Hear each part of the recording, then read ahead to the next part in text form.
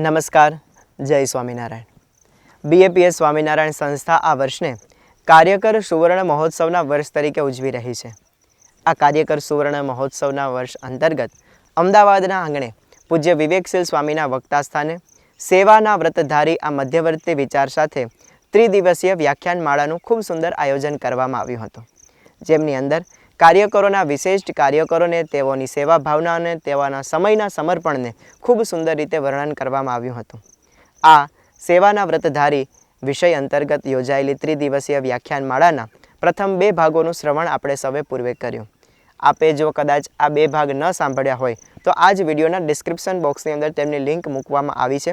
સૌપ્રથમ આપ તે બંને ભાગોનું શ્રવણ કરી અને ત્યારબાદ આજના આ ત્રીજા ભાગનો લાભ પ્રાપ્ત કરશો તેવી આપ સૌને નમ્ર વિનંતી છે, નમ્ર અપીલ છે. આવો સેવાના વ્રતધારી આ વિષયને સમજીએ પૂજ્ય વિવેકશીલ સ્વામી પાસેથી. આપણને ખ્યાલ છે કે ઉત્તરાયણ આવે એટલે જોડી પર્વનો મહિમા છે. શાસ્ત્રીજી મહારાજે ભાવનગરમાં જોડી માગી હતી, સ્વામીની ઉંમર વધારે, અને હરિભક્તોએ કહ્યું કે સ્વામી તમે રહેવા દો, અમે બધા હરિભક્તો જોડી માગીશું. ત્યારે શાસ્ત્રીજી મહારાજ બોલ્યા હતા કે મારે બધાના કલ્યાણ કરવા છે, જેનો કણ આ જોડીમાં આવશે એનું કલ્યાણ થશે, અને આ સેવા છે એમ કહીને સ્વામી મોટી ઉંમરે પણ જોડી માગવા ગયા હતા. આવો જોડી પર્વની સેવાનો મહિમા છે.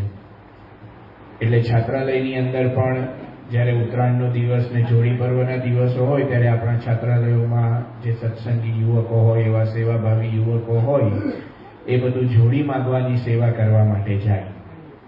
અને જોડી માગવાની સેવા કરવા માટે જવાનું હોય એટલે સવારથી નીકળી પડે. ઉત્તરાયણને દિવસે બધા વિદ્યાનગર, આણંદ એની બધી સોસાયટીમાં બધા હરિભક્તો, સ્થાનિક કાર્યકરો સાથે બધા આ યુવકો પણ જોડી માટે જાય. એ દરમિયાન ઘણા બધા એવા ખાટા મીઠા અનુભવો પણ થાય. કેમ કે ઘરે ઘરે જોડી માગવા જવાનું આપણને સૌને ખ્યાલ છે. પારિવારિક શાંતિ અભિયાન થયું ત્યારે આપણે ઘરે ઘરે સંપર્ક કરવા માટે જતા. તો એ વખતે કેટલાકને સદભાવ હોય તો આવકાર પણ આપે, અને કેટલાકને સદભાવ ના હોય તો તિરસ્કાર કરીને કાઢી પણ મૂકે. એ જોડીમાં પણ એવું થાય. અત્યારે ઘણીવાર એવું થાય, સમાજની અંદર દરેક વ્યક્તિને એટલું ઊંડાણ ન હોય અને એટલી એવી વિચક્ષણ બુદ્ધિ પણ ન હોય સાચા ખોટાને પ્રમાણવાની. એટલા માટે વ્યક્તિ સાંભળેલી વાત કે વાંચેલી વાત કે કોઈકની કહેલી વાતમાં તરત આવી જાય, અને સમાજની અંદર વર્ષોથી સ્વામિનારાયણ સંપ્રદાય કે પ્રમુખ સ્વામી મહારાજ કે ઇવન ધાર્મિક વૃત્તિ, આવી રીતે જે ધર્મના નામે દાન ઉઘરાવવું, એવી બધી બાબતોની ટીકા ટિપ્પણ થયા જ કરતી હોય. કંઈક ફેસબુક ઉપર વાંચે, કંઈક દિવાલ ઉપર લખેલું વાંચે, કંઈક એવા ચોપાનિયા વાંચે કે ધર્મની આવશ્યકતા નથી, કે આમ છે ને તેમ છે ને સ્વામિનારાયણ વાળા આમ ને ફલાણા આમ ને. એટલે લોકોના મનની અંદર પોતાની ચકાસવાની એવી બુદ્ધિ ના હોય, સાચા ખોટાને જાણવાની. એને ખબર ના હોય શું હેતુથી આ બધા જોડી માગવા આવે છે, દાન માગવા આવે છે. આવી વિશાળ સત્પુરુષની ભાવનાનો ખ્યાલ ના હોય.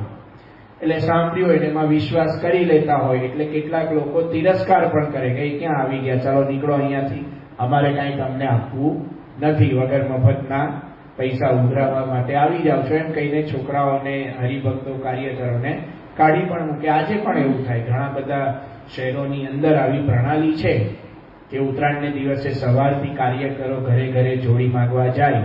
આપણે અહીંયા જુદી પ્રણાલી છે. અમદાવાદની અંદર મોટો ઉત્સવ થાય ને એમાં બધા હરિભક્તો દાન આપે. પણ બીજા બધા ઘણા બધા શહેરોમાં વર્ષોથી, ગામડાઓમાં ને બધે પ્રણાલી છે કે હરિભક્તો તો દાન આપે, પણ હરિભક્તો જોડીનું દાન બીજા બિનસત્સંગી ગુણભાવી પાસેથી લેવા માટે ગામડે ગામડે, ઘરે ઘરે ફરે જોડી લઈને. સંતોની સાથે હરિભક્તો પણ ફરે. તો એવી રીતે બધા યુવકો આ બધું જોડીની સેવા કરી હતી. તો જોડી પછી તરત જ ફેબ્રુઆરી મહિનામાં પ્રમુખ સ્વામી મહારાજ ત્યાં પધાર્યા હતા.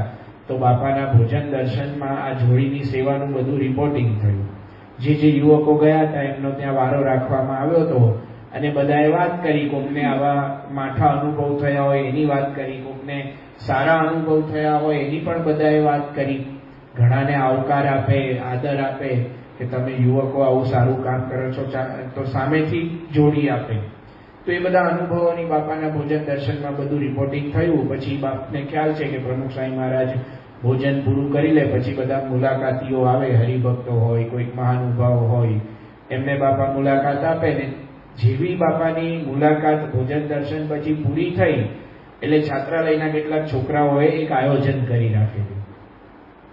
એક નાટક મંડળીની રૂપે એક ભાઈ આમ સંન્યાસી બન્યો, એક છોકરો, એની જોડે એક છોકરો બીજો એનો ચેલો બન્યો, ઢોલ વગાડે, પેલા મોટા મંજીરા ચીપિયા ખખડાવે, તો સંન્યાસી આવે ને ચીપિયા લઈને, મોટા આમ તલવાર જેવા ચીપિયા હોય, આમ બીક લાગે નાના છોકરાને, તો એવો ચીપિયા કરે, આમ બરાબર દાઢી વાડી કરી અને એ છોકરાએ બીજા 2-4 છોકરાઓ અમારા છાત્રાલયના ભંડારી હતા ચંદુ ભગત, એમને ભેગા લીધા અને એમને લઈને બાપાની રૂમમાં પાછળના દરવાજેથી પ્રવેશ કર્યો, અલખ નિરંજન નારાયણ હરે બોલતા બોલતા. અને જેવા બાપા પાસે આવે ને બાપા આગળ વર્ણન કર્યું કે અમે ઉત્તરાયણને દિવસે બધા હરિભક્તોને ત્યાં જોડી માંગી તો હરિભક્તોએ અમને દાન આપ્યું. પછી છાત્રાલયના યુવકો જે જોડી માંગે ને એમનો ક્રમ હોય બપોર સુધી બધે જોડી માંગવાની. પછી બપોરે જમવા માટે ચંદુ ભગત ત્યાં છાત્રાલયનું રસોડું સંભાળે અને સાથે સાથે શ્રીજી રસ ભંડાર એમનું આખું એકારખાનું હતું. તો આ છોકરાઓ બપોર જમવા માટે ત્યાં જાય એટલે સરસ ચંદુ ભગત બધું એમને નવી નવી વાનગીઓ બનાવીને જમાડે. ક્યારેક સમોસા હોય, ક્યારેક પીઝા હોય, ક્યારેક કોલ્ડ ડ્રિંક્સ હોય ને એ બધી વ્યવસ્થા કરે. એટલે એ બધી વાત બાપાને કરી કે અમે ચંદુ ભગત પાસે જોડી માંગવા ગયા, આવ્યા તો એમને તો અમને આટલું સરસ સરસ પકવાન જમાડ્યા. પછી બપોરે છે ને છોકરાઓ પતંગ ચગાવે ધાબા ઉપર, એટલે વિદ્યાનગર છાત્રાલયમાં ધાબા પર બધા પતંગ ચગાવે અને થાક્યા હોય એટલે સાંજે સંધ્યા આરતી પહેલા આણંદ મંદિરે જવાનું.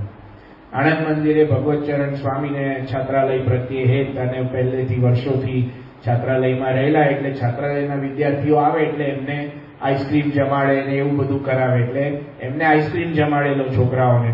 પછી બધા આરતી કરી અને ત્યાં આણંદ મંદિરે જમીને પાછા રાત્રે છાત્રાલયમાં આવે. આ બધો ક્રમ. એટલે બાપાને કહ્યું કે આ ભગવતચરણ સ્વામી પાસે અમે ગયા હતા, ભગવતચરણ સ્વામી ત્યાં બેઠા હતા સંતોમાં દર્શનમાં, તો એમને અમને આઈસ્ક્રીમ જમાડ્યો, આવું બધું દાન આપ્યું. તો બધાએ જોડીમાં અમને કંઈક ને કંઈક આપ્યું છે. એટલે પેલો જે સંન્યાસી બનેલો એ છોકરાએ કહ્યું કે તમે અમને શું આપશો? તમારું પણ અમે બહુ નામ સાંભળ્યું છે. હવે હિન્દીમાં બધું વાર્તાલાપ થતો હતો કે આપ બહુત બડે મહાત્મા હૈ, આપકા નામ સુના હૈ, આપ હમે ક્યાં દેંગે જોડી મેં. તો જેવી બાપાને આ વાત કરીને બાપા આગળ જોડી ફેલાવી, બાપાએ તરત જ ત્યાં બેઠા હતા બાપા બોલ્યા કે હમ આપકા અંતર ઠારી દેંગે, ભગવાન દેંગે. પછી સાંઈ બાબા બોલ્યા કે ये लोग ने जो दिया है वो शरीर ठंडा किया है, आइसक्रीम से कोल्ड ड्रिंक से, वो देह का किया है, हम परलोक का करेंगे, अक्षरधाम दे देंगे. આવો કોલ સ્વામી બાપાએ ત્યાં રાજી થઈને આપ્યો. હવે વાત સામાન્ય છે, છોકરાઓએ કેવી સેવા કરી એની વાત કરી, પણ હવે એ સેવા પણ અલ્પ સેવા છે, હા ગળથલ જેવી સેવા છે. યોગી બાપાની બૌદ્ધ કથામાં આપણે સાંભળીએ છીએ કે પેલા હાથીને ને સસલાને મિત્રતા થઈ ગઈ. સસલાએ કીધું કે હાથીભાઈ મારા ઘરે તમે આવો, મારે તમારી મહેમાનગતિ કરવી છે. હવે સસલાનું ઘર જમીનની અંદર પેલું નાનું દર હોય એમાં સસલા રહેતા હોય, ઝાડપાનની અંદર ખાંચા ખૂચામાં, ત્યાં હાથી આવે કેવી રીતે એના ઘરમાં? પણ સસલાને ઉમંગ ને હાથીની સાથે મિત્રતા, તો હાથી આવ્યો સસલાના ઘરે, તો બહાર એ ચોકમાં રહ્યો અને સસલું ત્યાં આડોટવા લાગ્યા, આમ આડોટે ને આમ આડોટે. પેલો હાથી કે તું શું કરે છે? તો કે તમને રીઝવવા માટે હા ગળથલ કરું છું, બીજું તો શું કરી શકું? એમ યોગી બાપા કે આપણે જે કરીએ છીએ એ આ સત્પુરુષની આગળ હા ગળથલ છે. સત્પુરુષ માટે આટલા અનંત કોટી બ્રહ્માંડના અધિપતિ અખંડ ભગવાનને ધારીને રહેલા, એમને કોઈ અપેક્ષા નથી, આ લોકની કાંઈ જ વસ્તુ જોઈતી નથી, આ લોકની કાંઈ સ્પૃહા નથી. એમની આગળ આપણે જે સેવા કરીએ, એમને જે એમની આજ્ઞા પ્રમાણે જે કાર્ય કરીએ, એ આપણું બધું જ એમની આગળ હા ગળથલ છે. છતાં પણ આપણને એ હા ગળથલના ફળ સ્વરૂપે આવી વાત કરી દે કે અંતર ઠારી દેંગે, અંતર ઠારવું, કલ્યાણની પ્રાપ્તિ કરવી, ભગવાન આપણા જીવમાં પધરાવી દેવા, આ બહુ મોટી વાત છે. આ કેવળ બોલ્યા નથી, શ્રીજી મહારાજે વચનામૃતની અંદર પણ સેવાનો આવો મહિમા ગાયો છે. પ્રથમના 8મા વચનામૃતમાં શ્રીજી મહારાજે ત્યાં કહ્યું કે ઇન્દ્રિયોની ક્રિયાને શ્રી કૃષ્ણ ભગવાન અને તેના ભક્તની સેવાને અર્થે રાખે તો અંતઃકરણ શુદ્ધ થાય છે. અને અનંત કાળથી જીવને જે પાપ વળગ્યા છે એ પાપનો ક્ષય થાય છે, પાપનો નાશ થાય છે. હવે અનંત કાળથી જીવમાં જે પાપ વળગ્યા હોય, અંતઃકરણની શુદ્ધિ, મનનો કચરો કાઢવો એ બહુ અઘરી વાત છે. ગમે તેટલી આપણે સાધના કરીએ, ધ્યાન કરીએ, તપ કરીએ, ત્યાગ કરીએ, દેહ દમન કરીએ, અંતઃકરણનો કચરો નીકળવો એ બહુ મોટી વાત છે. વર્ષો સુધી યોગીજી મહારાજની બોધકથામાં આપણે પ્રસંગમાં સાંભળીએ છીએ, એક મહાત્માજીએ પેલી પનિહારીનું ખાલી લટકું જોઈ લીધેલું. ક્યાંક ગામત્રે જતા હશે, પનિહારીઓ પાણી પીતી હશે ને એમને રસ્તો પૂછ્યો તો પેલી પનિહારીએ હાથનું લટકું કરીને રસ્તો બતાવ્યો. એ લટકું એમને ભૂલાતું નહોતું. આ અંતઃકરણની મલિનતા નાની નાની બાબતોમાં આપણને ખ્યાલ નથી આવતો. આપણે પૂજા કરવા બેસીએ, ધ્યાન કરવા બેસીએ, માનસી કરવા બેસીએ ત્યારે મનમાં જે સંકલ્પ વિકલ્પ થઈ આવે, કદાચ એવી પરિસ્થિતિ, એવા સંજોગો ઉભા થઈ જાય, આપણને કોઈકના પર ગુસ્સો આવે, કંઈક ખાવાનું સારું સારું મન થઈ જાય. આ બધા અનંત જન્મથી આપણે જે વિષય ભોગવ્યા છે એની વાસના, એની મલિનતા આપણા અંતઃકરણમાં પડેલી છે. એને કારણે આપણા મનની અંદર આવા બધા વિચારો ને બધું આવી જાય. એ શુદ્ધ થવી એ બહુ જ મોટી વાત છે. અંતઃકરણમાં શાંતિ થવી, અંતર ઠારી દેંગે, જે પ્રમુખ સ્વામી મહારાજ બોલ્યા એ જ વાત અહીંયા વચનામૃતની અંદર શ્રીજી મહારાજે કરેલી છે કે આ સેવા એવી છે, ઇન્દ્રિયોની સેવાને ભગવાન અને એના ભક્ત, શ્રી કૃષ્ણ ભગવાન અને એના ભક્ત અને ભગવાનની સેવામાં આપણે જોડાઈએ છીએ તો આ પરિસ્થિતિમાં આપણા પાપ નાશ પામે. આ મોટું વરદાન આપ્યું છે અને આપણને અનુભવ થાય છે. આપણે જ્યારે જ્યારે સેવા કરીએ છીએ, કાર્યકર તરીકે સેવા કરીએ અથવા તો ઉત્સવ સમયમાં સેવા કરીએ તો કંઈક ને કંઈક આપણા અંદર સારા વિચારો, સારી ભાવનાઓ, આપણું અંતઃકરણ શુદ્ધ થતું હોય એવો અનુભવ આપણને થાય છે. અમારા એક કાર્યકર છે, આપણે નામ નથી કહેતા કારણ કે અત્યારે હયાત છે, એમને વાત કરી હતી 2016માં સ્વામી બાપાને 2017માં દિવ્ય સન્નિધિ પર્વનું આયોજન કર્યું હતું. એમાં બધા કાર્યકરોને કેવી રીતે એમને સત્સંગ સેવાથી લાભ થયો એની બધી વાતો કરવાની હતી. તો એમાં એમણે વાત કરી હતી કે સ્વામી, મારું જીવન પહેલા કેવું હતું, અમદાવાદ કોલેજમાં ભણતો અને અમદાવાદની કોલેજની અંદર ભણે અને એવો બધો સંગ થઈ ગયેલો તો દારૂ પીવાનું, વ્યસન કરવાના અને એવી પરિસ્થિતિ, એમનું આખું ગ્રુપ, અમારું સ્વામી, મારી ગેંગ એવી હતી, ગેંગનો હું લીડર હતો એવું બોલ્યા એમ કે અમારી ગેંગ એવી હતી કે અમે એકવાર થિયેટરમાં પિક્ચર જોવા માટે ગયા. હવે first day first show picture જોવાનું, શુક્રવારે રિલીઝ થાય પિક્ચર, એટલે ફર્સ્ટ ડે ફર્સ્ટ શો જોવાનું અને એમાં એ દિવસે હાઉસફુલ થઈ ગયું હતું. એટલે અમને પેલા એ ટિકિટ આપવાની ના પાડી, એડવાન્સ બુકિંગ જેવું તો એ જમાનામાં હશે કે નહીં આપણને ખબર નથી, પણ એમાં પેલા કીધું ટિકિટ બારી બંધ થઈ ગઈ છે, હાઉસફુલ થઈ ગયું છે. તો અમારી 7-8 જણાની ગેંગ હતી, અમને એવી ફીસી ચડી કે થિયેટરની ટિકિટ બારીના કાચ તોડી નાખ્યા અને બધું ધમાલ બમાલ કરી અને થિયેટરના પડદાને આગ લગાડી દીધી અંદરથી. અમે ના જોઈએ બીજા કોઈ જોઈ ના શકે. આવી માથાભારે ગેંગ. એ કે સ્વામી, અમે લોકો આ ગેંગની અંદર અમારે ધંધો શું કરવાનો, એટલે બુટલેગર હોય ને એવી અમારી દશા. દારૂની બાટલીઓને 2 નંબરની અંદર સ્કૂટરની ડેકીઓમાં નાખી બધે સપ્લાય કરીએ, આવા બધા ધંધા અમે કરીએ. હવે એ પરિસ્થિતિની અંદર હવે આમનું પરિવાર તો સારો, પણ કોલેજમાં સંગ આવીને આ થયો અને એમના લગ્નની વાત ચાલી કોઈક સત્સંગીના દીકરી સાથે. હવે એ લોકોને કઈ ખબર નહીં હોય કે આ બધું આગળ પાછળ છે અને પ્રમુખ સ્વામી મહારાજ પાસે આશીર્વાદ લેવા માટે લઈ ગયા અને પ્રમુખ સ્વામી મહારાજે આ ભાઈને, જે પહેલા તો એમની ઈચ્છા જ નહોતી, પણ હવે લગ્ન કરવાના, જ્ઞાતિમાં લગ્ન, એ જમાનામાં જ્ઞાતિના લગ્નનું બહુ, એટલે જ્ઞાતિમાં આવા સારું ઘર, સારું કુળ ના મળે એટલે બંને પક્ષે ઘર જ. એટલે પ્રમુખ સ્વામી મહારાજના દર્શને ગયા અને જેવા પ્રમુખ સ્વામી મહારાજના દર્શને ગયા, બધી વાત કરી. પેલા ભાઈ સત્સંગી, જે સામેનો દીકરીનો પરિવાર હતો, એને કે ભાઈ અમારા જમાઈ છે એને અમદાવાદમાં કોલેજમાં ભણે છે, આમ છે તેમ છે. તો બાપાએ એમના માથે હાથ મૂકીને બોલ્યા કે આ તો અમારા કાર્યકર થાય એવા છે. પેલાને આશ્ચર્ય થયું કે મારી પરિસ્થિતિનું અમને ખ્યાલ નથી ને મને કહે છે કે આ તો અમારા કાર્યકર થાય એવા છે. પછી તો કોલેજમાં ભણવાનું પૂરું થઈ ગયું એટલે આ બધો સંઘ છૂટી ગયો. ઘરે આવ્યા, ગામડામાં રહેતા હતા, કોલેજમાં હોસ્ટેલમાં રહેતા હતા, ત્યાં સુધી આ બધું ચાલતું હતું. ગામડામાં આવ્યા અને તરત લગ્ન થઈ ગયા કોલેજ પૂરા થયા પછી. એટલે લગ્ન થયા, એમના પત્ની સંસ્કારી સત્સંગી, અને તરત જ આપણો 85નો સમયો આવતો હતો, ભગવત ગુણાતીતાનંદ સ્વામી દ્વિશતાબ્દી મહોત્સવ. તો પત્નીના આગ્રહથી અને એમના વેવાઈના આગ્રહથી ત્યાં સમયામાં સેવા કરવા માટે ગયા. અને સેવામાં યોગાયુનું શું થયું, એમનો જે વિસ્તાર હતો એને સલામતી વિભાગમાં સેવા આવી. એટલે આને તો ભણતું મળી ગયું સલામતી વિભાગમાં, હાથમાં દંડો પકડવાનો, ક્રાઉડ કંટ્રોલ કરવાનું અને રૂઆબ છાંટવાનો. એટલે કે તો સ્વામી મન તો મારી કોલેજના દિવસો યાદ આવી ગયા દાદાગીરીના. પણ આ તો સ્વામિનારાયણનો સમય. એટલે રોજ સવારે કથા વાર્તા થાય, સંતો બધું ધ્યાન રાખે, સ્વયંસેવકો કેવી રીતે સેવા કરવી એનું માર્ગદર્શન આપે. અને કંઈક સ્વયંસેવકો આગા પાછળ થતા હોય તેના ઉપરી કાર્યકર એને ઠપકારે કે આપણાથી આવું ના કરાય.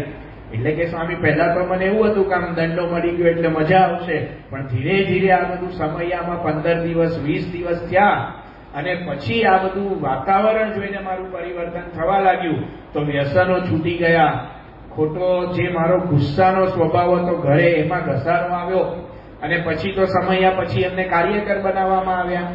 કાર્યકર બન્યા અને એમને કીધું કે સ્વામી કાર્યકર બન્યો, છેલ્લા 10-15 વર્ષથી હું કાર્યકર છું, 15-20 વર્ષથી, પણ આટલા વર્ષોની અંદર મારો ગુસ્સો ક્યાં જતો રહ્યો? એ જે મેં એ જમાનામાં હું ખોટા કામો બધા ધંધા કરતો હતો, અત્યારે એ યાદ પણ નથી આવતા. બાકી મારી સાથે ને આવા કેટલાય માણસો છે, એ લોકો કહે છે કે આપણે પહેલા જે આ હોરડા ધંધા કર્યા છે ને ઊંઘવા નથી દેતા અમને. રાતે ઊંઘમાં બધું યાદ આવે નહીં. આપણે શ્રીજી મહારાજના સમયની વાત સાંભળીએ છીએ, ભીંગાણા કર્યા હોય ના કર્યા હોય તો ઊંઘમાં એ બધું યાદ આવે. અને એવી રીતે ભૂંડા સપના આવે માણસને. પૂર્વના કર્મ નથી જીરવવા દેતા માણસને. પણ એમને કહ્યું કે સ્વામી મારી સાથે નાની આવી દશા છે, અત્યારે મને એટલી શાંતિ છે અને એટલા સારા વિચારો હોય. તો આ સેવાનો પ્રતાપ શ્રીજી મહારાજે જે વાત કરી છે એની અનુભૂતિ આપણને આ સત્સંગની અંદર થાય છે. બીજી વાત શ્રીજી મહારાજે ત્યાં વાત કરી કે વૈરાગ્યહીન હોય. મધ્યના 7મા વચનામૃતમાં સેવાનું ફળ બતાવ્યું કે વૈરાગ્યહીન હોય. મહારાજ ત્યાં દરિદ્રીનું દ્રષ્ટાંત આપ્યું છે કે ગરીબ માણસ હોય, એની પાસે પૈસા ના હોય, ગમે તેટલી સંકલ્પ કરે, ગમે તેટલી મોટિવેશનની વાતો સાંભળે. આપણે અત્યારે બધા મોટિવેશનની વાતો, you can, if you think you can, ને એવી બધી વાતો સાંભળીએ જે માણસથી આમ ન થાય એવું બધું ઘણી બધી મોટિવેશનની વાતો સાંભળીએ. પણ શ્રીજી મહારાજ ત્યાં દ્રષ્ટાંત આપે છે કે દરિદ્રી હોય, ગરીબ હોય, એ ગમે તેટલા સંકલ્પ કરે પણ એને અમીરની જેમ સારા સારા પકવાન, સારી સારી વાનગી કે સારી સારી જાહો જલાલી ભોગવવા મળવાની જ નથી, કારણ કે દરિદ્રી છે. એમ શ્રીજી મહારાજે કહ્યું કે જીવનું પણ દારિદ્ર્યપણું છે કે અનંતકાળથી જીવને જે સ્વભાવો વળગ્યા છે, કામ, ક્રોધ, લોભ, એ સ્વભાવો કેટલાક જીવ એવા હોય કે એ ટાળી શકતા નથી. એ દરિદ્રી જીવ કહેવાય. એ સ્વભાવ ટાળવા માટે પ્રયત્ન કરે, પુરુષાર્થ કરે, સંઘર્ષ કરે, સાધના કરે, પણ એ સ્વભાવો એમના ટળતા નથી. એમ જે દરિદ્રી હોય અને એના સ્વભાવ, એ દરિદ્રીની સામે શ્રીજી મહારાજે ઉદાહરણ આપ્યું કે જે વૈરાગ્યહીન હોય એને આવી રીતે આધ્યાત્મિક ગરીબી કીધી, આવું દરિદ્રપણું કીધું કે વૈરાગ્યહીન ગમે તેટલા પ્રયત્ન કરે પણ એના સ્વભાવો ટળે નહીં. એના જીવમાં આ બધી ભગવાન પ્રત્યેની ભક્તિને બધું ઉત્પન્ન ના થાય. તો એનો ઉપાય શું? તો શ્રીજી મહારાજે ત્યાં કહ્યું કે જે વૈરાગ્યહીન હોય કોઈ મોટા સંતની અતિશય સેવા કરે અને પરમેશ્વરના વચનમાં જેમ કે તેમ મંડ્યો રહે, તો એના જીવમાં વૈરાગ્ય ઉત્પન્ન થાય. કામ, ક્રોધ, લોભ એ જે અનંતકાળથી વળગ્યા છે એ મલિન વાસના ટળે.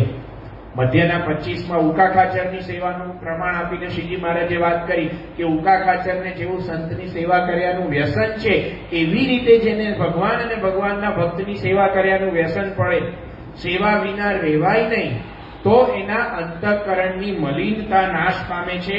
અનંતકાળથી જીવને જે વાસના વળગી છે એ સર્વે વાસના નાશ પામી જાય છે. આ સ્વભાવ અને પ્રકૃતિ ટાળવા બહુ અઘરી બાબત છે. ગમે તેટલી સાધનાઓ કરીએ આપણે, આપણા પુરાણોની અંદર ઋષિ મુનિઓના આખ્યાનો આપણને કેમ જણાવવામાં આવે છે?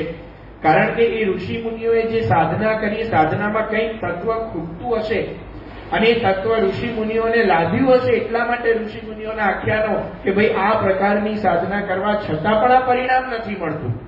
અનંત જન્મો સુધી, અનંતકાળ સુધી, 60,000 વર્ષ સુધી પાણીમાં તપ કર્યા છતાં પણ અંતરમાં રહેલી વાસના ન ટળી અને સંસાર ભોગવવાની ઈચ્છા થઈ અને બધું ગૃહસ્થાશ્રમ માંડ્યો.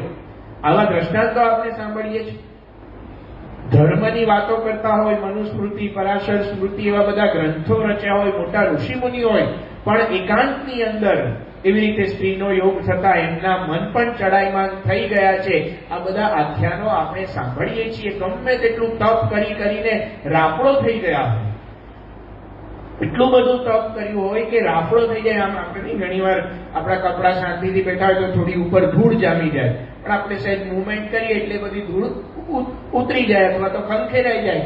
પણ એવી રીતે સ્થિર થઈને તપ કર્યું વર્ષો સુધી કે એના ઉપર ધૂળનો આખો રાફડો જામી ગયો હોય, પણ એને પણ આ વિષય ભોગવવાની ઈચ્છા થઈ જાય છે. તો સાધનામાં કંઈક જુદી બાબત છે. આ બધી સાધના કરવા છતાં પણ જે સ્વભાવ દોષો પ્રકૃતિ એ ટળતા નથી. એ સ્વભાવ દોષો પ્રકૃતિ શ્રીજી મહારાજ અહીંયા કહે છે કે આ ભગવાનના ભક્તની અને ભગવાનની સેવા કર્યાથી ટળે છે. આ સેવાનું ફળ આટલું મોટું શ્રીજી મહારાજે બતાવ્યું. કાર્યકરોનો મહિમા આપણે છેલ્લા 2 દિવસથી ગાઈએ છીએ. કાર્યકર સુવર્ણ મહોત્સવની વાતો થાય છે. એમાં કાર્યકરોનું આપણે જે કંઈ પણ બધા સેવા કરીએ છીએ મંદિરમાં કે બીજે બધે એમનું અભિવાદન કરવામાં આવે છે. મહંત સ્વામી મહારાજ પણ કાર્યકરોનો મહિમા ગાય છે. મહંત સ્વામી મહારાજને પૂછવામાં આવ્યું કે કાર્યકરો તો સેવા કરે છે, એના માટે તો આપણે કહ્યું કે એમને આવું ફળ મળશે, પણ એમના પરિવારજનો સેવામાં સહકાર આપે છે. કારણ કે પરિવારજનોના સહકાર વિના સેવા ના થાય. ઘરની અંદર એવું સાનુકૂળ વાતાવરણ હોય તો જ સત્સંગમાં કાર્યકર તરીકે સારી સેવા થઈ શકે. ઘણીવાર તો એવું થાય કે કાર્યકર તરીકે સેવા કરતા હોય, ઘરવાળાને ફરિયાદ રહેતી હોય કે અમને સમય આપતા નથી, અમારી આમ નથી કરતા, તેમ નથી કરતા, તો બિચારાને સેવા ગૌણ કરીને ત્યાં ઘરનાને હાચવવા પડે. ને ઘણીવાર એવાય કાર્યકરો છે કે એમના ઘરવાળા કહે છે કે તમે સેવા કરો છો એનાથી અમને આનંદ છે, અમને સમય નહીં મળે એની ચિંતા નથી, તમે મહારાજ સ્વામીનું કાર્ય કરો. આવી પણ પરિવારજનો છે. એની બધી વાતો એ બધી વાતો આપણે સાંભળીએ છીએ સત્સંગની અંદર. તો બાપાને પ્રશ્ન પૂછવામાં આવ્યો કે અમારા પરિવારનો આવો સહકાર છે તો એમને શું ફળ મળશે? તો સ્વામી બાપા ત્યાં બોલ્યા કે જેવું ફળ કાર્યકરોને મળશે એવું જ ફળ એમના પરિવારજનોને મળશે, અક્ષરધામ મળશે. તો જો આ ફળ સત્પુરુષ કાર્યકરોને તો આપે છે, પણ એમની સેવામાં જે સહકાર આપે છે, સેવામાં જે અડચણરૂપ નથી થતા, એને પણ આવું ફળ આપે છે. આ સેવાનો મહિમા જે વચનામૃતની અંદર અને એમાં ગાયો છે એ આપણને અનુભવ થાય છે. સેવા કરવાથી આપણા જીવનની અંદર ઘણા બધા પરિવર્તનો આવે છે. કદાચ કાર્યકર તરીકે સેવા ના કરી હોય પણ સત્સંગમાં વર્ષોથી રહ્યા હોય, નાના મોટા સમયા ઉત્સવમાં સેવા કરીએ, મંડળમાં સેવા કરીએ, તો ચોક્કસ આપણને અનુભૂતિ થાય. શતાબ્દી મહોત્સવની અનુભૂતિ આપણે વિચારીએ. કેટલાય એવા સ્વયંસેવકો છે કે જે પોતાના સંબંધી કે પોતાના મિત્ર સત્સંગીઓ એના હેતને લીધે હાલો થોડા દિવસ ત્યાં જઈ આવીએ, સમયમાં સેવા કરીએ એમ કરીને આવે. અમારા ઉત્તર ગુજરાતના એક સ્વયંસેવકની વિડીયો સ્ટોરી બનાવી હતી. એમને વાત કરી હતી કે એમના એક મિત્રએ કીધું કે તું આવને મારી જોડે સેવામાં, હાલ મજા આવશે. તો એ કાકા અહીંયા સેવામાં આવ્યા, પણ હવે કાકાને બીડી પીવા જોઈએ, દારૂ પીવા જોઈએ. એના વિના એમનો દાડો પૂરો ના થાય. એટલે કે શરૂઆતમાં તો મને થયું કે આ બધું ત્યાં નહીં મળે તો પછી મેં કહ્યું લાઈને જવા દે. તો શરૂઆતમાં તો અઠવાડિયા સુધી આમ ખૂણામાં જઈને કોઈ જુએ ના એટલે બીડી પી લેતા હતા ફ્લેટની અંદર. આપણા ઉતારા ફ્લેટની અંદર હતા ને, તો એમાં એ રીતે બીડી પી લેતા હતા. પણ પછી ધીરે ધીરે સેવા કરતા કરતા 15 દિવસ પૂરા થયા પછી થયું ચાલો હજુ વધારે રોકાઈએ, મહિનો રોકાયા, 2 મહિના રોકાયા, અને એમાં એમનું બીડીનું વ્યસન ગયું, દારૂનું વ્યસન ગયું, નિત્ય પૂજા કરતા થઈ ગયા, તિલક ચાંદલો કરતા થઈ ગયા. અને એ જયારે મહોત્સવ પૂરો થવા આવ્યો ના વિડીયો એમનો ઇન્ટરવ્યુ લેતા હતા ત્યારે કહેતા હતા કે હવે કોઈ બીજા બીડી પીતા જોઉં છું તો મને વિચારે નથી થતો બીડી પીવી જોઈએ. એક સમયમાં ખાલી 2-3 મહિના સેવા કરી તો આ સેવાનો પ્રતાપ છે. અનંતકાળથી લોકો વ્યસન મુક્તિ માટે કેટલા પ્રયત્નો કરે છે, ત્યારે માંડ બીકથી કે કેન્સર થાય પરિસ્થિતિ વણસે ત્યારે એના વ્યસન જાય છે. આ તો ખાલી વ્યસન દઈ નાની મોટી કેટલી કુટેવો, કેટલાય કાર્યકરોએ, કેટલાય હરિભક્તો, યુવકો જે બધા સેવામાં આવે એમને વાત કરી કે આ સેવા કરી તો અમારે મોબાઈલનું વ્યસન છૂટતું નહોતું. મોબાઈલમાં જેવું તેવું જોવાની ટેવ પડી ગઈ હતી. એ આખો દિવસ મોબાઈલ લઈને બેસાડે, એ સમય ક્યાં જતો રહે ખબર ના પડે, એ અહીંયા આવીને છૂટી ગયું. આ નાની નાની બાબત આપણને લાગે, પણ નાનું વળગણ છૂટવું ને, એ ટેવ એક કુટેવ માણસના જીવનમાં ઘર કરી ગઈ હોય, એ કુટેવનો ત્યાગ કરવો બહુ અઘરી બાબત છે. આપણે નથી કરી શકતા, પણ આ સેવાનો પ્રતાપ એવો છે કે આવા નાના નાના સ્વભાવથી લઈ કામ, ક્રોધ, લોભ એવા સ્વભાવ પ્રકૃતિ પણ આ સેવા કરવાથી દૂર થઈ જાય છે. લોભ છોડવો આ સંસારમાં રહીને બહુ અઘરી બાબત છે, પણ આપણા હરિભક્તો કાર્યકરોની અંદર આપણે જોઈએ છીએ કેટલાય કાર્યકરો, કેટલાય હરિભક્તો શતાબ્દીની સેવામાં કામ ધંધો ગૌણ કરીને આવી ગયા. પોતાની દુકાનની અંદર નફો કાયમ થતો હોય તો એ ઓછો કરી દીધો, મહિના માટે દુકાન બંધ કરી દીધી. અમારા પાદરા બાજુના એક કાર્યકર છે, એમને મંડળની અંદર સેવા કરવા જવાનું, અઠવાડિયાની અંદર એમને 4 સત્સંગ સભા કરાવવા જવાનું. 2 સભા એમની અને અત્યારે આપણે આ પારિવારિક શાંતિ પછી પીઆરએસ સભા કરી, તો એ પીઆરએસ સભામાં પણ એ મહિને જાય. તો અઠવાડિયામાં એમને આવી 4 સભા કરવાની, ઉપરાંત મહિને બીજી 2 પીઆરએસ સભા કરવા જવાનું. પછી મીટિંગો આવે, ગામમાં હરિમંદિર થતું હોય એનું દેખરેખ રાખવાની. તો મહિનામાં 15 દિવસ તો એની દુકાન બંધ રાખે. પણ ધંધો શું કરે? પણ કે ચાલે છે સ્વામી ધંધો, અમારે કઈ ચિંતા નથી. એમાંય પાછો પૂનમ આવે તો 64 ની અંદર બધા હરિભક્તો દર્શન કરાવે, તો પૂનમને દિવસે સવારથી દુકાન બંધ કરીને એમના દીકરા, એમના ધર્મપત્ની આખો દિવસ ત્યાં રસોડામાં ને વાસણ ઉટકવાની ને એવી બધી પીરસવાની સેવા કરવા માટે પહોંચી જાય. તો જો સહેજે સહેજે આ સેવા કરીએ છીએ તો આપણો લોભ જાય છે, સંસારમાં જે બધી આસક્તિ ને બધું છે એ આપણું ધીરે ધીરે ટળે છે. આપણને સમજાતું નથી આ પરિવર્તન કેવી રીતે થાય છે, પણ આપણી અંદર આ ધીરે ધીરે પરિવર્તન થાય છે. શ્રીજી મહારાજે એટલા માટે સમજાવ્યું મધ્યના 28મા વચનામૃતમાં કે જે કોઈ પણ જીવનું રૂડું થાય છે એ ભગવાન અને ભગવાનના ભક્તની સેવામાંથી જ થાય છે. એવી જ વાત મધ્યના 40મા વચનામૃતમાં કરી કે ભગવાન ને ભગવાનના ભક્તની મને, વચને ને દેહે કરીને જે સેવા બની આવે તેણે કરીને આ જીવનું જેવું રૂડું થાય છે અને આ જીવને જેવું સુખ થાય છે એવું બીજા કોઈ સાધને કરીને થતું નથી. હવે આ તો કેટલી મોટી વાત કરી દીધી. જીવને સુખ થાય, જીવનું રૂડું થાય, અંતરમાં શાંતિ વર્તે. અનંત કાળ સુધી આપણે સાધના કરી હોય, ગમે તેટલી સંપત્તિ કરી હોય, લોકની અંદર ગમે તેટલું મેળવી લીધું હોય, આપણા મનની અંદર સુખી અને સફળ જીવનની જેટલી પણ કઈ વ્યાખ્યાઓ હોય કે સારું ઘર થઈ જાય, દીકરો પરવારી જાય, એ દીકરાના સારી રીતે લગ્ન કરાવી દઈએ, ધંધામાં સેટ થઈ જાય, કમાતો થઈ જાય, આપણે માથેથી જવાબદારી ઉઠી એટલે આપણે સંસારમાં સુખિયા. આવી ઘણી બધી આપણે સુખની વ્યાખ્યાઓ આપણા મનમાં બાંધી હોય છે. છતાં પણ માણસને સુખ થતું નથી, શાંતિ થતી નથી, કંઈક ને કંઈક તો અંતરમાં અજંપો વર્ત્યા કરે છે. પણ શ્રીજી મહારાજ અહીંયા સમજાવે છે કે ભગવાન અને ભગવાનના ભક્તની મને, વચને, દેહે કરીને જે સેવા બની આવે એનાથી જે સુખ થાય ને જીવનું રૂડું થાય એવું બીજા કોઈ સાધને કરીને થતું નથી. આમાં 2 વાત સમજવાની છે. એક તો ભગવાન અને ભગવાનના ભક્તની સેવાની વાત કરી, અને બીજું શ્રીજી મહારાજ સમજાવે છે કે સેવાની વાત તો કરે છે પણ સેવા કોની કરવાની? ભગવાન અને ભગવાનના ભક્તની સેવા, પુરુષોત્તમ અને અક્ષરની સેવા, ભગવાનના ઉત્તમ ભક્તની સેવા. જે વડતાલના 5મા વચનામૃતમાં મહારાજે કહ્યું કે ભગવાન અને તેના ભગવાનના અતિ ઉત્તમ ભક્તની પ્રેમે કરીને સરખી સેવા કરે તો કનિષ્ઠ ભક્ત હોય એ 100 જન્મે કરીને, 1 જન્મે કરીને કે 100 જન્મે કરીને ઉત્તમ ભક્ત થવાનો હોય તો આને આ જન્મે ઉત્તમ ભક્ત થાય એવું ભગવાન અને તેના ભક્તની સેવાનું ફળ છે. જ્યાં જ્યાં શ્રીજી મહારાજે સેવાની વાત કરી, સેવાનું ફળ બતાવ્યું, ત્યાં ત્યાં શ્રીજી મહારાજે વચનામૃતમાં શબ્દ વાપર્યા છે ભગવાન અને ભગવાનના ભક્તની સેવા. પ્રથમના 8માં શ્રી કૃષ્ણ ભગવાન અને તેમના ભક્તની સેવાની વાત કરી.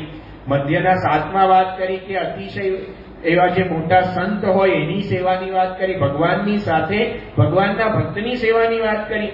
મધ્યના 25માં ઉકા ખાચરની વાત કહીને કહ્યું કે જેને ભગવાનને ભગવાનના સંતની સેવાનું વ્યસન પડ્યું હોય તો જ્યાં જ્યાં સેવાની વાત કરી. મધ્ય 28માં જેનું રૂડું થાય છે એનું પણ ભગવાન અને ભગવાનના ભક્તની સેવાથી. પ્રથમના 40માં એમાં પણ ભગવાનની સાથે ભગવાનના ભક્તની સેવા મૂકી. તો સેવા તો છે જ, સેવાથી જીવનું રૂડું થાય છે, સેવાથી અંતરમાં શાંતિ થાય છે એવું મહારાજ અહીંયા કહે છે. એવું બીજા કોઈ સાધનથી થતું નથી. પણ સાથે સાથે બતાવે છે કે સેવા કોની કરવી. લોકની અંદર, સમાજની અંદર સેવા કરનારા ઘણા બધા હોય છે અને ઘણા બધા પ્રકારની સેવા થતી હોય છે.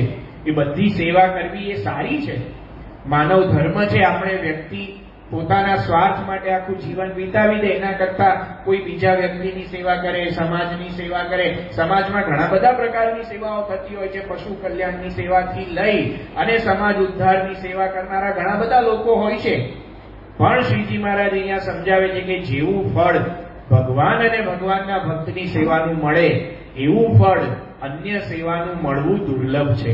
શ્રીમદ ભાગવતમાં પણ એટલે જ વાત કરી કે મનુષ્યએ પોતાના દેહનું પોષણ તો કરવું જોઈએ પણ સાથે સાથે જીવ પ્રાણી માત્રની સેવા કરવી જોઈએ. પછી શ્રીમદ ભાગવત આગળ કહે છે કે એનાથી વિશેષે કરીને મનુષ્યોની સેવા કરવી જોઈએ. અને પછી શ્રીમદ ભાગવતમાં ભગવાને ત્યાં આગળ વાત કરી છે એનાથી પણ વિશેષે કરીને ભગવાનના ભક્તની સેવા વિશેષપણે કરવી જોઈએ. તો ત્યાં પણ જે ભગવાનના ભક્ત છે એની સેવા ઉપર વિશેષ ભાર મૂકવામાં આવ્યો છે. કારણ શું? શા માટે ભગવાનના ભક્તની સેવા પર વિશેષ ભાર મૂકવામાં આવ્યો છે? કારણ કે જ્યારે આપણે સેવા કરીએ છીએ ત્યારે સેવાની સાથે સાથે માણસના મનમાં કેટલાક દૂષણો અથવા તો કેટલીક અપેક્ષાઓ પણ પ્રવેશી જતી હોય છે. એટલા માટે કહેવાયું છે સેવા ધર્મો પરમ ગહન. જો સેવા યોગ્ય રીતે કે યોગ્ય ન કરવામાં આવે તો સેવાની સાથે આવા દૂષણ કે એવી અપેક્ષાઓ પ્રવર્તે છે. એટલા માટે આપણે સમાજની અંદર એવા પ્રસંગો, એવા દ્રષ્ટાંતો, એવા ઉદાહરણો જોયા છે. વર્ષો સુધી સેવા કરી હોય, પોતાના પરિવારનો વિચાર કર્યા વિના દેશની સેવા કરી હોય, દેશની સ્વતંત્રતામાં મોટો ફાળો આપ્યો હોય, એના માટે પોતાનું જીવન સાદું કરી નાખ્યું હોય, પોતાના વ્યક્તિગત મોજશોખનો ત્યાગ કરી દીધો હોય અને એમના પગલે પગલે ભારત સિવાય બીજા દેશોના લોકો પણ પ્રેરણા લેતા હોય એવા મહાપુરુષોના જીવનના અંત સમયે, જીવનના છેલ્લા વર્ષોમાં, વૃદ્ધાવસ્થામાં એવા ઉદ્ગારો નીકળ્યા છે કે હવે મારી કિંમત લોકોમાં કાગડા કૂતરા જેટલી નથી રહી.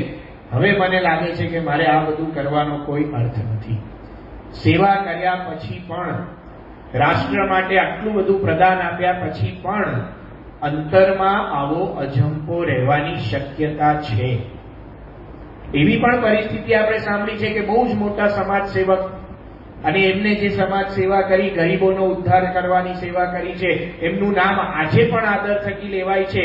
પણ એમના જીવનમાં એક એવી નિરાશા આવી કે આપણે સમાજ માટે આટલું બધું કરીએ છીએ છતાં લોકોમાં ફેર પડતો નથી. કેમ લોકો સમજતા નથી? અને એ નિરાશા એવી જન્મી કે એ સમાજ સેવકે આત્મહત્યા કરવાનો વિચાર આવ્યો નહીં, આત્મહત્યા કરીને જીવન ટૂંકાવી દીધું. સારી સેવા કર્યા છતાં પણ આવી પરિસ્થિતિ થાય. બહુ જ મોટા એવા ખ્રિસ્તી ધર્મના પ્રચારક, ભારતમાં એમનું નામ સમાજ સેવા માટે શાંતિનો નોબેલ પ્રાઇઝ એમને મળ્યો હતો. એમને નાનપણની અંદર ખ્રિસ્તી ધર્મની અંદર જેમ આપણે સાધુની દીક્ષા હોય એમ ખ્રિસ્તી ધર્મની અંદર પણ એ પ્રકારની વ્યવસ્થા હોય. ભગવાન ભજવા માટે એ પ્રકારે સંસારનો ત્યાગ કર્યો હતો અને પોતાના ધર્મના અથવા તો પોતાના જે એના આદેશ પ્રમાણે અહીંયા આવ્યા હશે ભારતમાં ને બધી ગરીબોની સેવા કરી. બહુ જ મોટું એમનું નામ થયું, ઘણા બધા એવોર્ડ એમને મળ્યા છે. પણ એમના જીવનના છેલ્લા વર્ષોમાં એમને ચર્ચ સાથે જે પત્ર વ્યવહાર કર્યો હતો એ પત્ર વ્યવહારના પુસ્તકો પ્રકાશિત થયા અને એ પત્ર વ્યવહારના પુસ્તકોમાં એમનો અજંપો એમને એવી રીતે વ્યક્ત કર્યો કે મને લાગે છે કે હું સાચા રસ્તે છું કે નહીં. જે શાંતિ મેળવવા માટે, જે ભગવાનને આગળ કરવા માટે મેં આ બધો રસ્તો અપનાવ્યો, ખરેખર હું એ દિશામાં છું કે એ દિશામાં નથી. મને સમજાતું નથી કે મારો માર્ગ સાચો છે કે ખોટો. મને થાય છે કે મારે કંઈક જુદું કરવાનું હતું ને મેં કંઈક ખોટું કામ કરી દીધું છે. હવે જો આ પસ્તાવો, આ નિરાશા જન્મે છે કારણ કે સેવા ધર્મ પરમ ગહનો. સેવા કરી એ ખોટી નથી. રાષ્ટ્ર સેવા કરવી, ગરીબોની સેવા કરવી, સમાજને સુધારવા માટે પ્રયત્ન કરવો એ ખોટો નથી. પણ એ સેવાની પદ્ધતિ યોગ્ય ના હોય, એ સેવા કરતી વખતે આપણી સ્પષ્ટતા ના હોય તો આવી પરિસ્થિતિ થાય. આપણે જે સત્સંગમાં સેવા કરીએ છીએ એ સત્સંગની સેવામાં શ્રીજી મહારાજ અહીંયા સમજાવે છે કે આપણે લૌકિક સેવા કરતા જુદી છે, ભગવાન અને ભગવાનના ભક્તની સેવા કરીએ છીએ. એટલા માટે આ સેવાની અંદર આવા પ્રકારના દૂષણો પ્રવેશવાની શક્યતા નહીવત છે. યોગી બાપાના જીવનમાં આપણે જોઈએ છીએ, શાસ્ત્રીજી મહારાજના જીવનમાં જોઈએ છીએ. શાસ્ત્રીજી મહારાજે અક્ષર પુરુષોત્તમની નિષ્ઠા અનેક જીવોને થાય એના માટે કેટલો બધો દાખલો કર્યો હતો, કેટલું બધું સહન કર્યું હતું. પોતાને ખાવા મળતું ના હોય, પોતે ભિક્ષા માંગીને ખાવું પડતું હોય અને ભગવાનના આટલા મોટા મંદિરો બનાવ્યા અક્ષર પુરુષોત્તમના, ને એમાં સેવા કરવાની. 80 વર્ષ 60 વર્ષની ઉંમરે જાતે મંદિરના પાયા ખોદે, કીચડમાં કાદવમાં ઉતરીને આવો પુરુષાર્થ કરવાનો. શાસ્ત્રીજી મહારાજ કહેતા કે હું 10 જણને અક્ષર પુરુષોત્તમની વાત કરું, એમાં 1 જણ મારી વાત સાંભળે સ્વીકારે નહીં.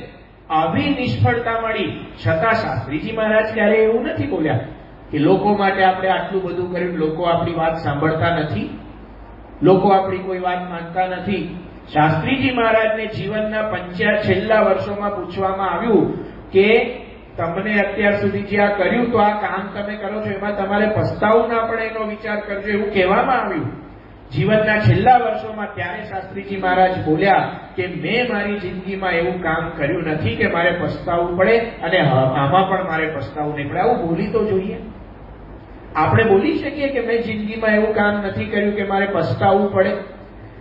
એમને નિષ્ફળતા મળી છે, એમને સેવા કરી છે, સેવાનું ધાર્યું પરિણામ મળ્યું નથી, છતાં પણ એમના જીવનમાં પસ્તાવો નથી, છતાં પણ એમના જીવનમાં નિરાશા નથી. યોગીજી મહારાજની વાતો આપણે સાંભળીએ છીએ. યોગીજી મહારાજ સત્સંગ મંડળ ચાલુ કરે, સુરતની અંદર યોગી બાપા સત્સંગ મંડળ ચાલુ કરે, 2 કે 3 જણને ભેગા કરે, તમારા અઠવાડિયે સભા કરવાની, પ્રમુખની મેં દાખલો કરે. પછી યોગીજી મહારાજ વર્ષ સુધી બધા કાગળો લખે કે સભામાં તમારે આ પત્રિકા સાર વાંચો ને આ વચનામૃત કરવું. વર્ષ પછી આવે તો ખબર પડે કે સત્સંગ મંડળ જ ચાલતું નથી, બંધ થઈ ગયું. 30 વાર સત્સંગ મંડળની સ્થાપના કરવી પડી હોય એક શહેરની અંદર, એક ગામની અંદર. આવી પરિસ્થિતિ યોગીજી મહારાજની થતી. એમને પણ નિષ્ફળતા મળી. યોગીજી મહારાજને ગુરુ માન્યા હોય, યોગીજી મહારાજની દીક્ષા લીધી હોય, યોગીજી મહારાજને રાજી કરવા સાધુ થયા હોય, છતાં પણ કુસંગને કારણે 40 જણ યોગીજી મહારાજને છોડીને જતા રહ્યા હોય. આ કેટલી મોટી નિષ્ફળતા કહેવાય. છતાં યોગીજી મહારાજને ક્યારેય એવી નિરાશા નથી આવી કે મારી કિંમત નથી ને કોઈ મને પૂછતું નથી. એમને તો બ્રહ્મનો આનંદ હતો. યોગીજી મહારાજ જીવનના છેલ્લા વર્ષોમાં હર્ષદભાઈએ પૂછ્યું કે બાપા તમને કેવો આનંદ આવે? યોગીજી મહારાજ કે ગુરુ, શું આનંદ આવે, શું કેફ આવે, ભગવાનનું સુખ આવે. આ આનંદ, આ મસ્તી. તો સેવા અહીંયા જે થાય છે આ સત્પુરુષો દ્વારા, આપણે જે સેવા કરીએ છીએ એ સેવા કંઈક જુદી છે. લૌકિક કે સત્વગુણની ભૂમિકાથી કે અહંકારની ભૂમિકાથી થતી આ લોક સેવાઓ કરતા આ સેવા કંઈક જુદી છે. કાર્યકરો જે સેવા કરે છે એમના જીવનમાં આવા ફળની અનુભૂતિ થાય છે. અમારા સંયોજક છે રાજેશભાઈ ગાંધી, બહુ જ મોટી ઉંમર છે અત્યારે, આંખે દેખાતું નથી એમને, વર્ષોથી સેવા કરે છે. કાર્યકર અમરેલીની અંદર છે, એસટી ડેપોમાં એમની નોકરી. 1981 નો સમય આવ્યો, એના થોડા સમય પહેલા એમને પ્રમોશન આવતું હતું, અને પ્રમોશન આવે તો જામનગર એસટી ડેપોમાં એમની બદલી થાય અને એમને વધારે પગાર મળે, પણ અમરેલી છોડીને જામનગર રહેવા જવું પડે. પ્રમુખ સ્વામી મહારાજને પૂછ્યું, બાપા આવું પ્રમોશન આવે છે શું કરું? બાપા કે અમરેલીમાં તમે એક કાર્યકર છો, 81 નો આટલો મોટો સમય આવે છે, તમારે આ બધું કરવાનું છે, એટલે અને આ છોડીને જામનગર જશો તો શું થશે? પછી પ્રમુખ સ્વામી મહારાજે એમને પૂછ્યું કે તમારે અત્યારે જે નોકરી છે એમાંથી રોટલા નીકળે છે કે નથી નીકળતા? રાજેશભાઈ કે સ્વામી રોટલા તો સારી રીતે નીકળે છે, સંસાર વ્યવહાર બરાબર ચાલે છે, દીકરા ભણે છે. બાબા કે વધારે પગાર આવશે એનું આપણે શું કરવું છે? રોટલા નીકળતા હોય તો આપણે સંકલ્પ કરો કે અમરેલી છોડીને જવું નથી અને અહીંયા તમારે સત્સંગ કરાવવાનો. તો રાજેશભાઈએ સંકલ્પ માંડી વાળો, પ્રમોશન ના લીધું, ત્યાં જ રહ્યા. હવે આ રીતે સંસાર વ્યવહારમાં કંઈક સારો લાભ થતો એ જતો કરવો. પછી 81 નો સમય પૂરો થયો, 3-4 વર્ષ પછી ફરી એમને પ્રમોશન માટે કહેવામાં આવ્યું.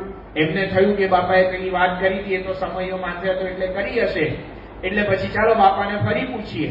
તો ફરી બાપાને પૂછવા ગયા તો બાપાએ કહ્યું કે મેં પહેલા તમને શું કહ્યું હતું? બાપાને યાદ હતું કે સ્વામી હું સમજી ગયો, રોટલા મળે છે, મારે અમરેલી છોડવાનો સંકલ્પ કરવો નથી. ત્યારથી લઈને આજની તારીખ સુધી અમરેલી છોડીને બહાર ગયા નથી, કોઈ પ્રમોશન એમને લીધા નથી. એમને પૂછવામાં આવ્યો પ્રશ્ન કે તમે જો આ પ્રમોશન લીધા હોત કે આર્થિક રીતે સારો પગાર મળે એવી પરિસ્થિતિ થઈ હોત તો તમારા ઘરની અંદર સારી સુવિધા વસાવી શક્યા હોત, તમારા છોકરાઓને સારો અભ્યાસ કરાવી શક્યા હોત, તમે સારી રીતે તમારી જીવનશૈલી ઉચ્ચ બનાવી શક્યા હોત. તો તમને લાગતું નથી કે આ બધું તમને જે લાભ છે તમે જતો કર્યો? એમણે વાત કરી કે સ્વામી, આ સેવાથી જે લાભ થયો ને એ આ પૈસાના લાભ કરતા કઈ મોટો છે. હું કદાચ મારા છોકરાઓને પૈસા આપી શક્યો હોત, પણ આજની તારીખે મારા સંતાનોમાં જે સંસ્કાર મળ્યા છે આ સત્સંગના, એ સંસ્કાર પૈસાથી પણ નહીં મળે. સ્વામી, મને આ સુવિધા નથી, આ નથી, એનું દુઃખ નથી, પણ આજે આ મારી શારીરિક, અત્યારે એમને આંખે દેખાતું નથી છતાં કાર્યકર છે. આપણા પરિપત્રો જાય તો એમના પત્ની એમને પરિપત્રો વાંચી સંભળાવે, કથા કરવાની હોય તો સત્સંગ સૌરભમાંથી એમના પત્ની કે બીજા કાર્યકર પ્રવચન વાંચી સંભળાવે. કોઈક કાર્યકર એમને સ્કૂટર પર બેસાડીને સભામાં લઈ જાય ને જઈને પ્રવચન કરે.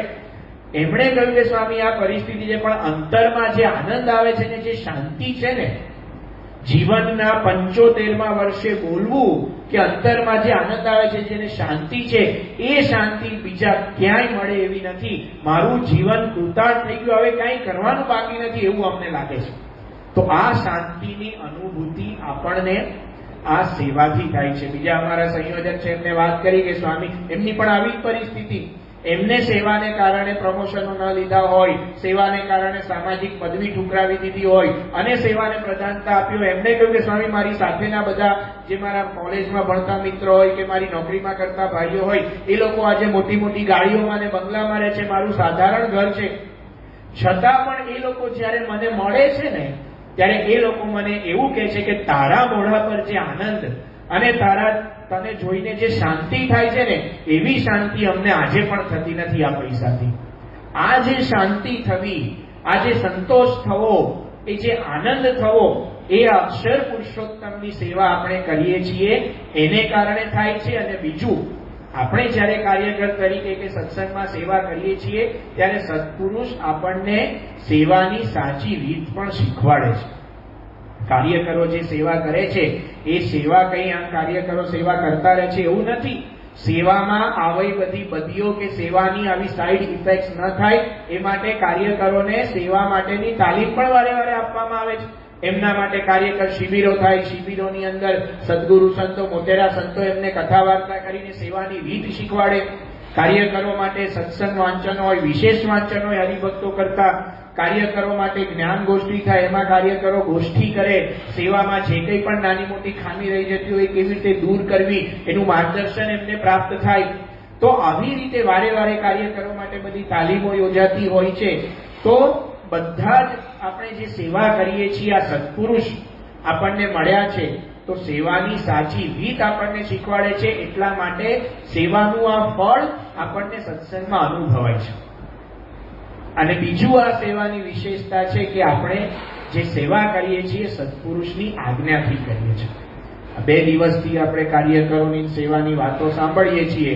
અહીંયા આપણામાંથી બેઠેલા છે એમાંના ઘણા બધા કાર્યકર નહીં હોય, અથવા તો પહેલા કાર્યકર હશે, અથવા તો કેટલાક એવા હશે જે ક્યારેય કાર્યકર નહીં બન્યા હોય. કેટલાકના દીકરા કાર્યકર હશે, કેટલાકના ઘરના કાર્યકર હશે, એ હશે. પણ આપણે કાર્યકરને તો આપણને થતું હશે કે આ કાર્યકર આટલું બધું સ્વામી 3 દિવસથી કરે છે, તો આપણે કાર્યકર નથી તો આપણું શું થશે? શતાબ્દી મહોત્સવની અંદર મહંત સ્વામી મહારાજે કહ્યું હતું કે શતાબ્દીની સેવામાં નહીં આવે તો આજીવન પસ્તાવો રહી જશે. આ આજ્ઞા આવી એટલે બધાને ઉમંગ આવી ગયો અને તરત બીજી આજ્ઞા આવી કે આટલા વર્ષથી મોટી ઉંમર હોય એને સેવામાં નામ નોંધાવવામાં આવશે નહીં. એટલે એ બધા અમારા વડીલોને તો એવો પ્રકારનો ધાસકો લાગ્યો. કેટલાક વડીલો તો અમારા વિવેક મુનિ સ્વામી, 80 વર્ષના અમારા કાઠિયાવાડના બાબા છે, એ વિવેક મુનિ સ્વામીને ત્યાં આવીને ઉંચકી ગોળ ગોળ ફરવા લાગે, જુઓ સ્વામી હું આટલો સક્ષમ છું, મને સેવામાં તમે રાખો. આવો બધાને ઉમંગ હતો. તો આપણને થાય કે ભાઈ આપણે તો કાર્યકર તરીકે સેવા કરી નથી અથવા નથી, એવી અનુકૂળતા નથી. ઘણા બધા સત્સંગીઓ છે એમને કાંઈ એવી અનુકૂળતા ના આવે સેવાની, પણ તો આપણું શું થશે? પણ આ સેવાની અંદર, સત્સંગની અંદર સેવાનું આ સાધનામાં મહત્વ છે. એનું મુખ્ય કારણ છે એ સેવા આપણે કોની આજ્ઞાથી કરીએ છીએ.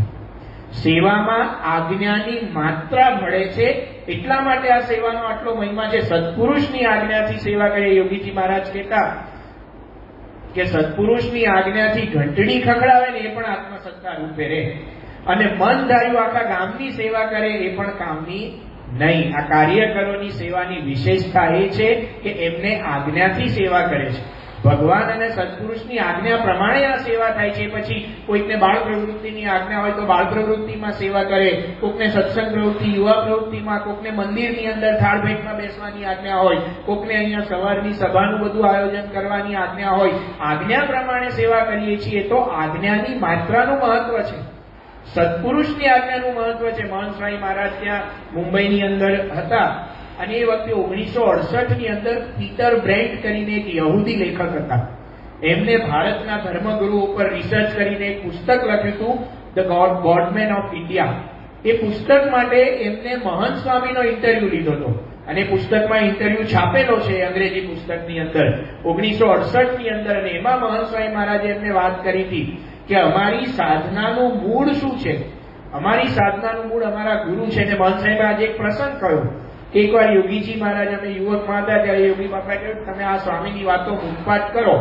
તો અમે મંદિરમાં ખૂણામાં બેસીને મુખપાઠ કરવા બેઠા અને થોડા સમયમાં યોગીજી મહારાજ ત્યાં નીચે સભામાં આવ્યા, હરિભક્તોને કથા વાર્તા કરતા હતા, ઉપદેશ આપતા હતા. એટલે અમે લોકો યોગીજી મહારાજનો ઉપદેશ સાંભળવા ગયા. જેવા યોગીજી મહારાજે અમને જોવા, યોગીજી મહારાજ કહ્યું કે તમે કેમ અહીંયા આવ્યા, તમને તો મુખપાઠ કરવાનું કહ્યું છે, મુખપાઠ કરો. તો અમે કહ્યું કે બાપા તમે કથા વાર્તા કરો છો, ઉપદેશ આપો છો, તમારા મોઢેથી અમે જ્ઞાન સાંભળીએ તો અમારા જીવમાં જ્ઞાન થાય, સંસ્કાર પડે, અમે બીજાને સમજાવી શકીએ. યોગી બાબા કે ના ગુરુ, તમને મુખપાઠ કરવાની આજ્ઞા કરી છે તો મુખપાઠ કરો. તો સત્સંગમાં આજ્ઞાની મહત્તા છે. અને પછી મહંત સ્વામી મહારાજે એક પીટર બ્રેન્ટને વાત કરી હતી કે અમારે અહીંયા એક ત્યાગ વલ્લભ સ્વામી છે, એ રસોડાની સેવા કરે છે. યોગીજી મહારાજ કથા વાર્તા કરતા હોય, વચનામૃત નિરૂપણ કરતા હોય, અમને લોકોને ઉપદેશ આપતા હોય, આધ્યાત્મિક વાતો કરતા હોય, પણ આ ત્યાગ વલ્લભ સ્વામીને એવી સેવા છે કે એ આ કથા વાર્તામાં આવી શકતા નથી, ઉપદેશમાં બેસી શકતા નથી. પણ જ્યારે અમે એમની સાથે વાત કરીએ અને ત્યાગ વલ્લભ સ્વામી જે સમજણની વાત કરે, જીવનમાં જે પરિસ્થિતિઓ સેવા કરતા કરતા ઘટનાઓ બને, એ ઘટનાઓમાં ત્યાગ વલ્લભ સ્વામીનો જે એટીટ્યુડ હોય, એમનું વર્તન હોય, એ જોતા અમને બધાને એવો અનુભવ થાય છે કે જે જ્ઞાન ગુરુના ઉપદેશથી અમારે કરવાનું છે એ જ્ઞાન કેવળ રસોડાની સેવા કરતા કરતા એમને સિદ્ધ થઈ ગયું છે. એટલે ગુરુની આજ્ઞા મુખ્ય છે. એમ આપણે સત્સંગની અંદર સત્પુરુષની આજ્ઞાથી જે કંઈ પણ કરીએ છીએ, સત્પુરુષની આજ્ઞાથી આપણે રવિ સભા ભરીએ, ઘર સભા કરીએ, આ જમો ને જમાડુનો અત્યારે પ્રોજેક્ટ ચાલતો હોય તો એમાં આપણે આપણા ગુરુની આજ્ઞા છે તો એમાં આપણે નાની મોટી સેવા કરીએ, ઉત્સવ સમયમાં આપણે સેવા કરીએ, તો આજ્ઞાથી આપણે જે કંઈ પણ કરીએ એનું ફળ આવું જ મળે છે. આપણે ત્યાં આ કાર્યકરોનો મહિમા છે, એનું મૂળ છે સત્પુરુષની આજ્ઞાથી સેવા થાય છે. અને જ્યારે આજ્ઞાથી સેવા થાય ત્યારે એનું ફળ મળે. આજ્ઞાથી જે કંઈ પણ સાધના કરીએ એનું ફળ આપણને આ પ્રકારેનું મળે છે. એ આપણી સંપ્રદાયની અંદર કહેવાય છે. છેલ્લે એક બાપાની સ્મૃતિ કરીને પૂરું કરીએ. પ્રમુખ સ્વામી મહારાજ ત્યાં 2002 ની અંદર વલ્લભ વિદ્યાનગર પધાર્યા હતા અને એ વખતે આણંદમાં અક્ષર ફાર્મમાં સાંજે પારાયણ થાય. પૂજ્ય વિવેક સાગર સ્વામી પારાયણ કરે અને પછી પ્રમુખ સ્વામી મહારાજ એમાં આશીર્વાદ આપે. તો બાપાના આશીર્વાદ પહેલા 10-15 મિનિટનો કંઈક નાનો કાર્યક્રમ કરવાનો હોય. તો એમાં જ્યારે વિદ્યાનગર છાત્રાલયનો વારો હતો ત્યારે છાત્રાલયના યુવકોએ એક નાનકડો સંવાદ રજૂ કર્યો. એ સમયની અંદર 2001 ની અંદર બાપા રાજકોટમાં ગયા હતા ત્યારે ભોજન દર્શનમાં એક પોપટભા જાડેજા નામના હરિભક્તનો પરિચય અપાવ્યો હતો. એ પોપટભાની કથા એવી હતી કે રાજકોટથી 40-45 કિલોમીટર દૂર રહે. એમના ગામડેથી બસ પકડવી હોય તો 8-10 કિલોમીટર ચાલીને જવું પડે, પછી બસ સ્ટેન્ડ આવે. છેલ્લા 40 વર્ષથી આ પોપટભાઈ એક પણ રવિ સભા રાજકોટની પાડી નહોતી. એમના ગામથી બપોરે જમીને 12:30-1 વાગે નીકળે, 2 કલાક ચાલીને બસ સ્ટેન્ડ ઉપર આવે, બસ પકડે, બસ પકડીને રાજકોટની અંદર ઉતરે, રાજકોટમાંથી ઉતરીને રિક્ષા કે છકડો કે એવું વાહન પકડીને રાજકોટ મંદિરે આવે, મંદિરે આવીને પરવારે અને રવિ સભા ભરે. રવિ સભા પૂરી થાય, જમ્યા કર્યા વિના રાત્રે જાય, રાત્રે મોડા 2-2:30 વાગે ઘરે પહોંચે. અને એમાં ચોમાસાના દિવસો હોય તો એમના ઘરેથી બસ સ્ટેન્ડ સુધી જે ચાલીને 10-12 કિલોમીટર જવાનું, એમાં પેલું નદીનું વોંકડું આવે તો એમાં પલળતા જવું પડે. તો કોથળીની અંદર બીજી જોડી કપડાં રાખે, ભીના કપડાં કાઢીને પેલા કોરા કપડાં પહેરીને રવિ સભામાં આવવા માટે. આવો પ્રસંગ એમનો રજૂ થયેલો. બાપાએ એ પોપટભા ઉપર રાજીપો વરસાવેલો એમને આશીર્વાદ આપીને. તો છાત્રાલયના છોકરાઓએ આ પોપટભાના પ્રસંગનો સંવાદ ત્યાં પ્રમુખ સ્વામી મહારાજ પાસે રજૂ કર્યો 10-20 મિનિટમાં. ને પછી બાપાને આશીર્વાદ આપવાના હતા. તો આ સંવાદ રજૂ થઈ ગયો. બાપાએ આશીર્વાદ આપ્યા, એમાં પોપટભાના વખાણ કર્યા, રવિ સભાની વાત કરી કે સર યોગી બાપાની આજ્ઞાથી સભા ભરે છે તો બહુ મોટો લાભ છે. અને સંવાદ પૂરો થયો પછી જે છોકરાઓ સંવાદમાં રહ્યા હોય, આશીર્વાદ પૂરા થયા પછી એ છોકરાઓ ત્યાં બાપાની સામે જ બેઠા હતા, સ્ટેજ ઉપર જ બેસી ગયા હતા બાપાના આશીર્વાદ દરમિયાન. એટલે આશીર્વાદ પૂરા થયા પછી બાપાએ બધા છોકરાઓને નજીક બોલાવ્યા. અને એમાં જે છોકરો એને પોપટભાનું પાત્ર ભજવ્યું હતું એને બાપાએ નજીક બોલાવીને માથે હાથ મૂકીને કહ્યું કે તે રવિ સભા ભરી, યોગીજી મહારાજની આજ્ઞા પાડી તો તારું આ લોક અને પરલોક બંનેનું કામ થઈ ગયું. એમાં પ્રસંગ એવો હતો કે પોપટભાના દીકરાના લગ્ન હતા. એ દિવસે પણ બપોરે 12 વાગે લગ્નમાંથી ચાલુ લગ્ને નીકળી ગયા કે ભાઈ મારે રવિ સભા ભરાય છે, તું લગ્ન કરી દેજે. આ પ્રસંગ હતો.